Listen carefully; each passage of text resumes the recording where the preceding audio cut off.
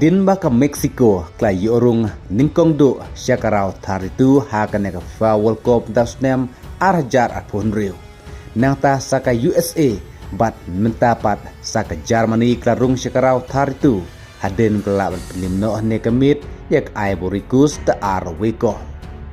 Kumta lai teligitim kibalarung siya karaw taritu menta kadai ka Mexico ka USA bat ka Germany.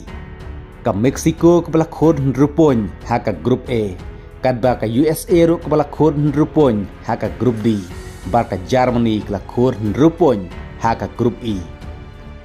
Kumta ka Germany kabala limno tang ha ka group stage ha ka World Cup arajar khatpra, bar kum juru kabala limno tang ha ka group stage ha ka World Cup arajar arkoa. Hendrei menta ha ka ne ka World Cup arajar arponriu kelarung siya ka knockout stage kata siya karaw taritu. Hakaba orang ngelikay jong ka Germany kataw Dennis Undav ubala Sjongben na dupastang ka jingilekay. Hakaba Dennis Undav ne kamit naba Sjongben ulami ilekay satat haka minit kabah ndrupaw haka jaka jong Jamal Musiala. Bat haka minit kabah ndrupra wala yuban tep ka kolban ningkong. Ya kepala asis daw Nadim Amiri kepala penyekaj ya ke Sikol bat ke Ivory Coast. Henry Shuaban Kutno Artat ke Jilekai kata haka menit kepa kendai po plosaw. Udenis Undav layo ya ke kol penjob nagam ta ke Germany. Ya kepala asis daw Felix and Micha. Kumtau Dennis Undav layo hadu kendai kol bat saw teliki asis nagam ta ke Germany. Bat hakane ka World Cup mentau snem arjar arpunriu. Ulayo hadu santeli ka goal contribution.